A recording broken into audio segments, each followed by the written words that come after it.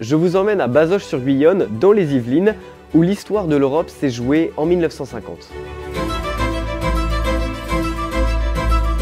Jean Monnet est un haut fonctionnaire français né en 1888.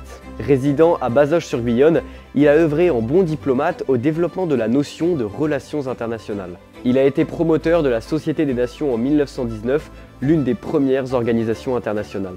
Mais on retiendra surtout de lui son rôle au sein de l'Europe.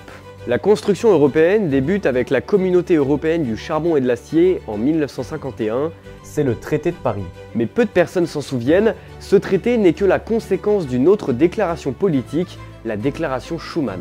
Elle s'est déroulée le 9 mai 1950 et on la considère comme l'acte fondateur de la construction européenne. Le texte est déclaré par Robert Schuman, ministre des Affaires étrangères, mais on attribue la rédaction à Jean Monnet, alors nommé commissaire économique. C'est dans cette déclaration que l'on trouve la volonté de créer une organisation européenne ayant pour objectif de mettre en commun les productions de charbon et d'acier entre France et Allemagne.